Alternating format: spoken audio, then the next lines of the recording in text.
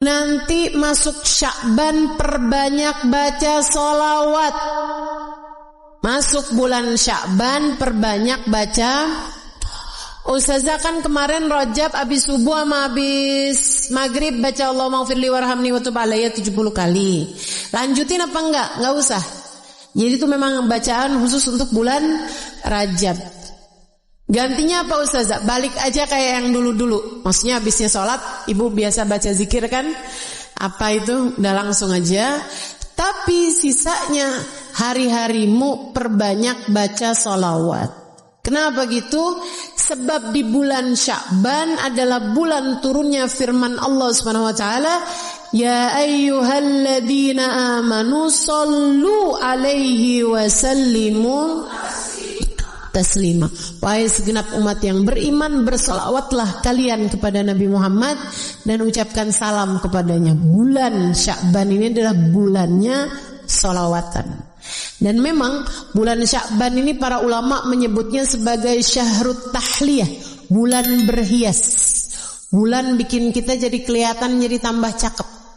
Dan gak ada yang bisa bikin kita jadi tambah cakep kecuali kalau kita deketan sama orang yang cakep. Gak ada yang lebih cakep di alam semesta ini daripada baginda kita Nabi besar Muhammad.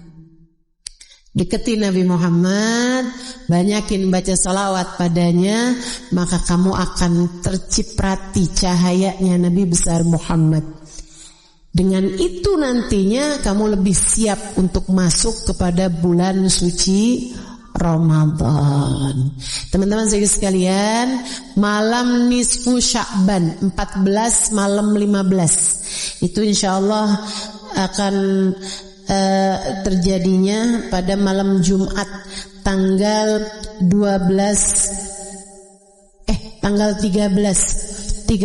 Februari, hari Kemis malam Jumat tanggal 13 Februari ya, malam nisfu Sya'ban, namanya Lailatul Barat ya, malam Lailatul Furqan, malam pemisah nasib-nasib manusia.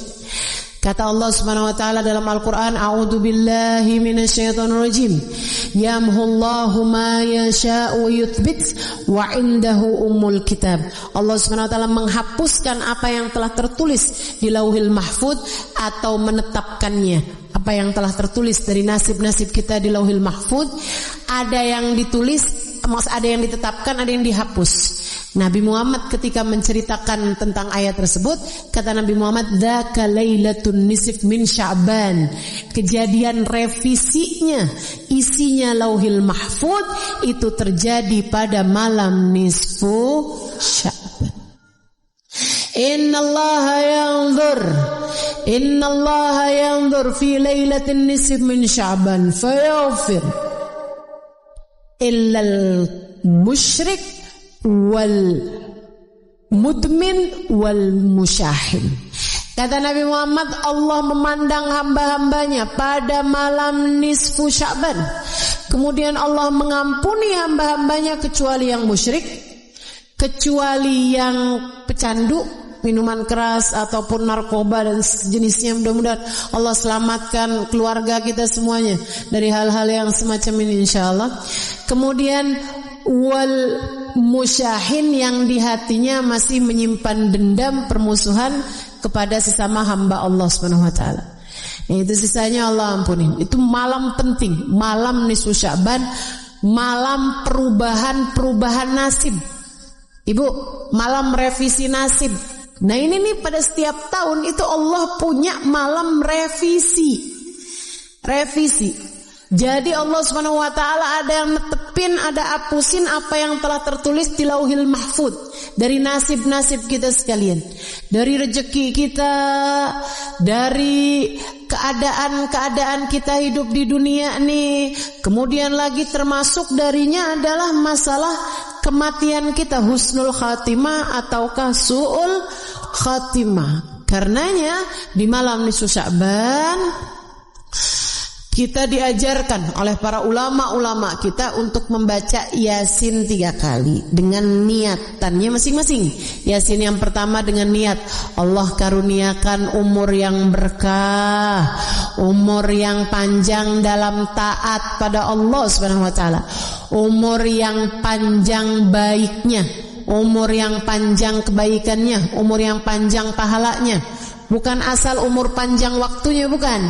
Tapi yang minta kita panjangin, yang kita minta Allah panjangkan adalah panjang pahalanya, panjang berkahnya, panjang manfaatnya, panjang kebahagiaannya. Mau gak panjang umur di atas tempat tidur terus? Gak mau kita.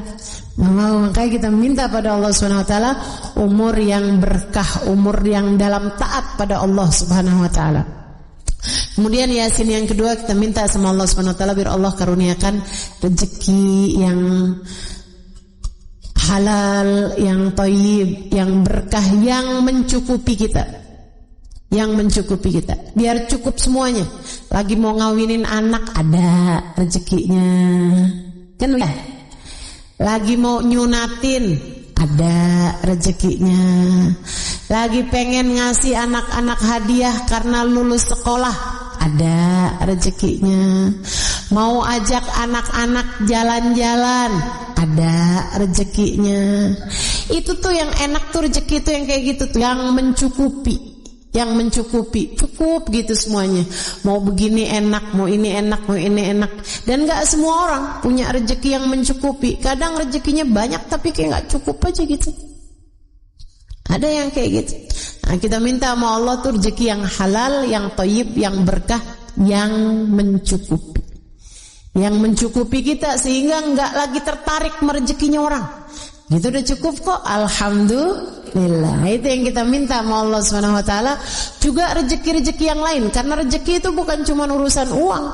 Rezeki itu bukan cuma urusan harta, teman-teman. Kesolehan anak-anakmu itu adalah rezeki yang jauh lebih tinggi nilainya daripada sekedar rezeki harta. Betul enggak? Ibu-ibu sekalian, saya melihat rezeki kesehatan. Menurutmu enakan banyak duit tapi sakit, apa enakan sehat walaupun duitnya pas-pasan? Bisa gitu, sehat banyak duit ustazah, kan gak jadi pilihan.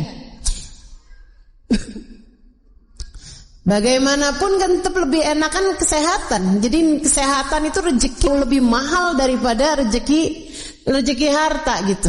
Nah, kita minta semuanya sama Allah Subhanahu wa taala, rezeki harta yang thayyib, yang berkah. Kita minta juga sama Allah rezeki kesehatan badan kita, keluarga kita, gitu kan ya.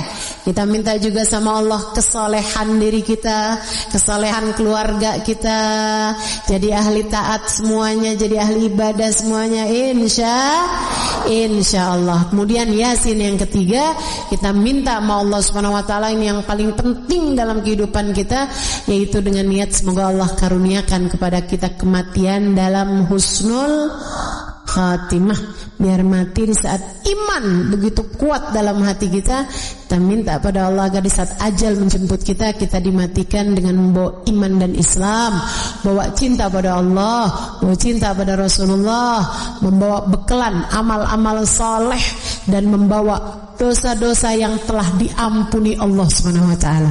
Jadi pulang enggak pakai bawa dosa lagi, karena semua dosa-dosanya telah diampuni Allah Subhanahu wa taala. Itu yang kita minta pada Allah Subhanahu wa taala, itu yang kita harapkan dari Allah Subhanahu wa taala. Jadi nanti malam nisfu Sya'ban kerjakan apa yang tadi telah saya sampaikan, baca Yasin 3 kali.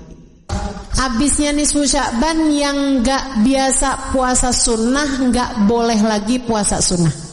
Tapi yang masih punya hutang puasa wajib tetap boleh mengerjakannya sampai di hari terakhir Sya'ban sekalipun. Hutangmu dari puasa Ramadan yang lalu harus dibayarkan sebelum datangnya bulan suci Ramadan.